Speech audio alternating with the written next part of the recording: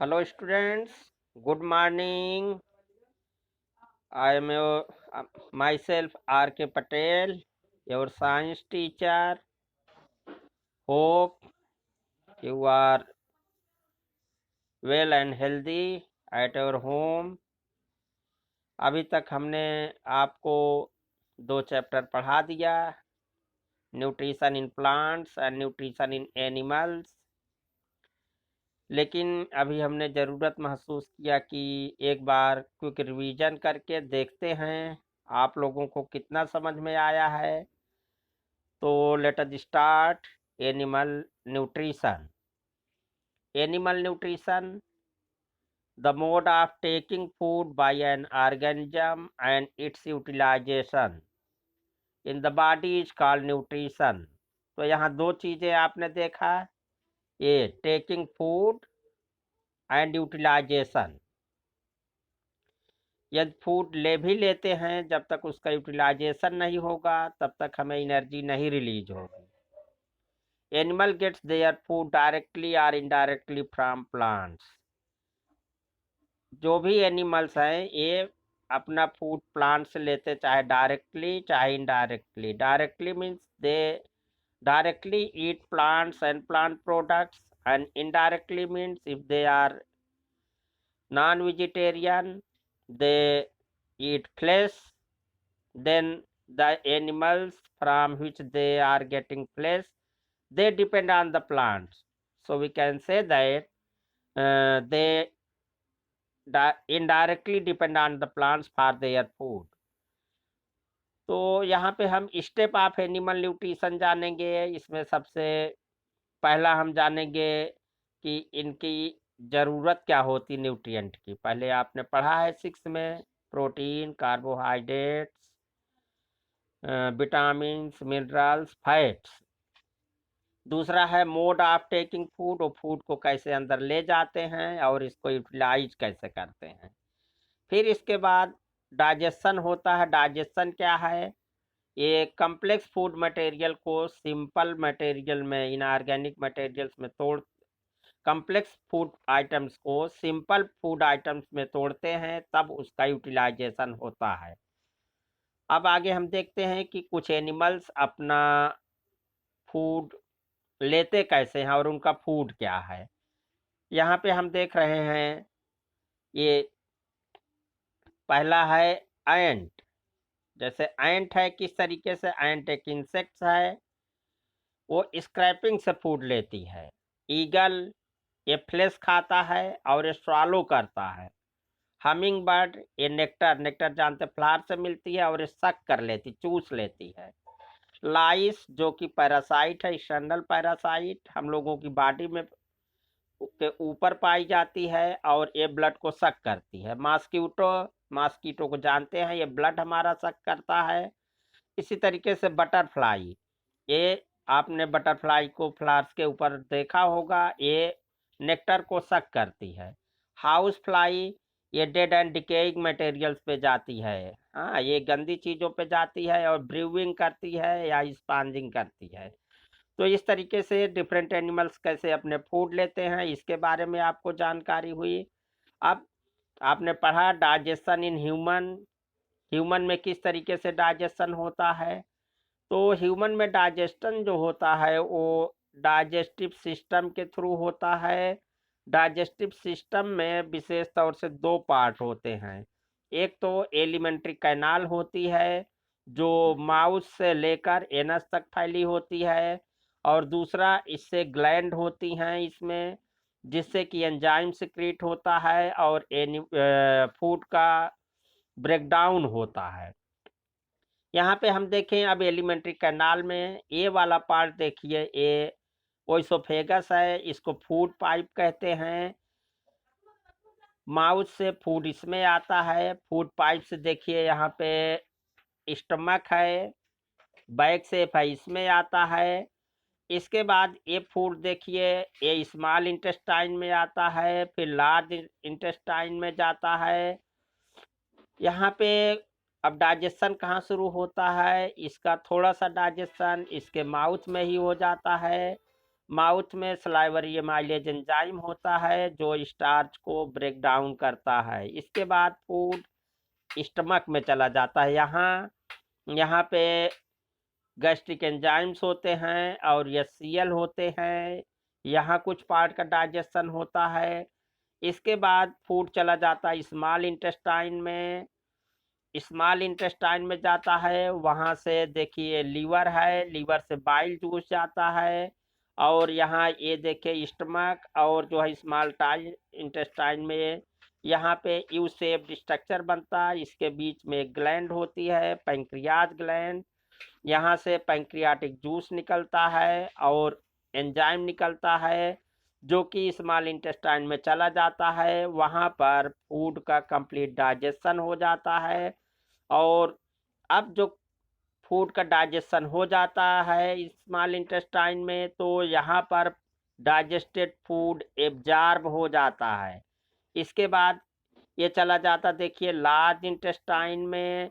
Large intestine में undigested food जाता है, उसके साथ वाटर जाता है और लार्ज इंटेस्टाइन में वाटर जो है एब्जॉर्ब कर लिया जाता है और अनडाइजेस्टेड फूड एनस से बाहर कर दिया जाता है। इस तरीके से इसमें डाइजेशन का प्रोसेस होता है। इसमें कई चीज़ें हेल्प करती हैं ऊपर से ही, जैसे देखिए टीथ है आपके जो कि हेल्प करते हैं इसको ग्राइंडिंग में। यहाँ पे आप देखिए 4 टाइप के टीथ हैं। ये सबके सामने वाले टीथ, यहाँ पे देखिए ये इंसाइजर हैं, ऊपर के 4 टीथ और नीचे के 4 टीथ ये इंसाइजर टीथ कहलाते हैं। ये कटिंग में हेल्प करते हैं। इसके बाद यहाँ देखिए ऊपर के 2 टीथ, इस साइड के 2 टीथ, इस साइड के, इसी तरीके से नीचे के 2 टीथ ये जो है कैनाइन कहलाते हैं। कैनाइन जो है ये कटिंग में हेल्प करते हैं।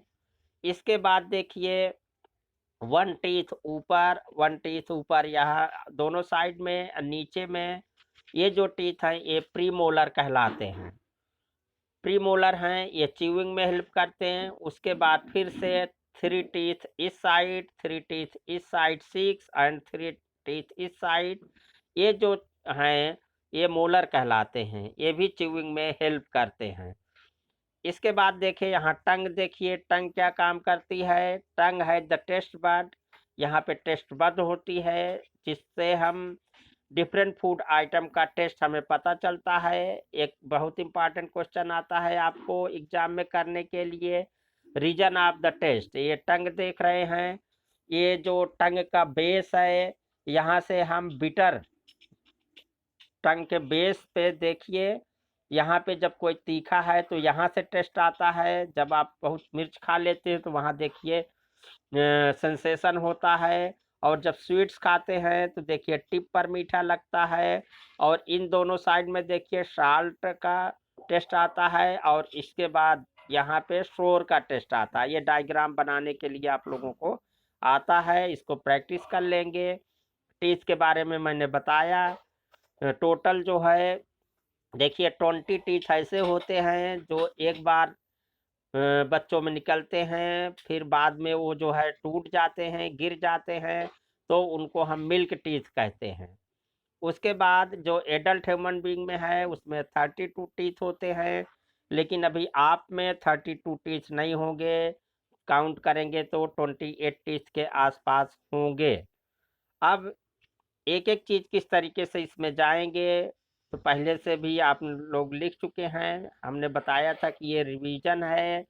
रिवीजन में ज़्यादा डिटेल्ड में नहीं कराएंगे क्योंकि हमको नया चैप्टर स्टार्ट करना है, थोड़ा से ज़्यादा जानकारी हो, इसलिए आप लोगों को इतना हमने ये करा दिया किस तरीके से ये होता है। अब आगे हमें जानते हैं। देखिए यहाँ पे कुछ स्ट्रक्चर दिए गए हैं। यहाँ पे जो स्मॉल इंटेस्टाइन है उसका नाम तो स्मॉल है, लेकिन ये काफ़ी बड़ी होती है। ये लगभग 7 मीटर तक लंबी होती है। लार्ज इंटेस्टाइन स्मॉल इंटेस्टाइन से छोटी होती है, लेकिन डायमीटर इसका ज़्यादा होता है। तो यहाँ पे आप लोगों को पूछा जाएगा कि अगर फूड डाइजेस्ट हो गया तो डाइजेस्टेड फूड कहाँ एब्जॉर्ब किया जाता है, तो डाइजेस्टेड फूड जो है ये स्मॉल इंटेस्टाइन में एब्जॉर्ब किया जाता है। डाइजेस्टेड फूड ये स्मॉल इंटेस्टाइन में एब्जॉर्ब किया जाएगा। और इसी तरीके से पूछा जाएगा कि जो वाटर फ्रॉम डाइजेस्टेड फूड है वो कहाँ से एब्जॉर्ब किया जाता है, तो यहाँ पे water from digested food, water जो है ये आपको लार्ज इंटेस्टाइन में एब्जॉर्ब कर लिया जाएगा, लार्ज इंटेस्टाइन में एब्जॉर्ब कर लिया जाएगा। और अनडाइजेस्टेड फूड जो है वो एनस से बाहर निकाल दिया जाएगा।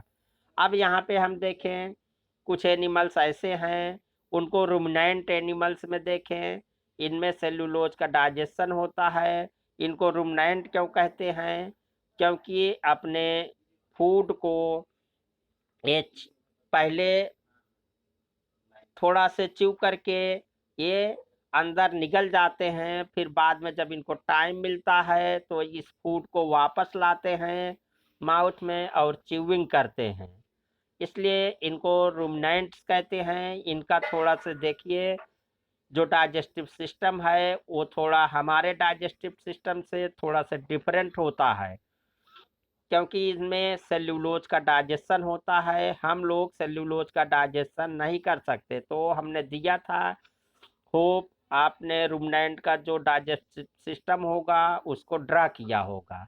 तो इसको अच्छे से देख लेना है।